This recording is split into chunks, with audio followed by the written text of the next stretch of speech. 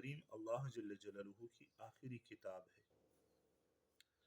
کتاب ہدایت ہے۔ اللہ رب العزت نے انسانوں کے لیے اتاری ہے، دینی اور دنیائی رہنمائی کے لیے اور تربیت کے لیے، کہ دنیا میں تجارت مجھے کیسی کرنی ہے، دنیا میں اپنے مال کو اللہ تعالیٰ کے راہ میں کیسے خرچ کرنا ہے، اور اپنے مال میں غریبوں کا حصہ اللہ کے لیے کتنا خرچ کرنا ہے، زکوٰۃ کس طرح دینی ہے، مال کس طرح کمانا ہے، کس طرح خرچ کرنا ہے، اولاد کی تربیت کس طرح کرنی ہے، یہ تمام باتیں قرآن کریم میں موجود ہے۔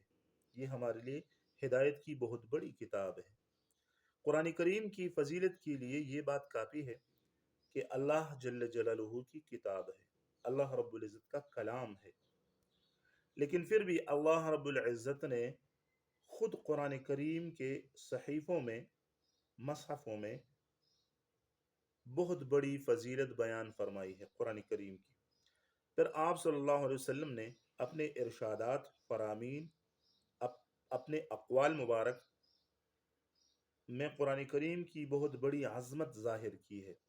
تقریباً 1100 سال تک جب مسلمان قرآن کریم پر عمل کرنے والے تھے تو پوری دنیا میں مسلمان غالب رہے، لیکن جب آہستہ آہستہ قرآن کریم ہماری عدالتی نظام سے، معاشی نظام سے، ہماری اپنی زندگیوں سے قرآن کریم آہستہ آہستہ نکلنا شروع ہوا، تو تمام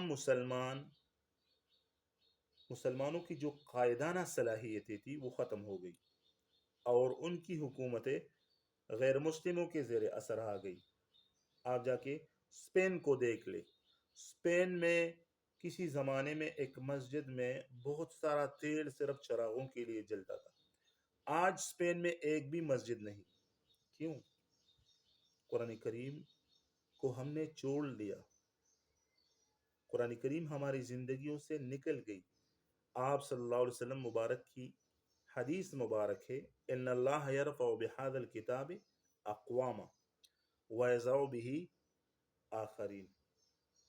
اللہ رب العزت اس کتاب کے ذریعے کچھ لوگوں کو بلندی عطا کرتا ہے اور کچھ لوگوں کو پستی۔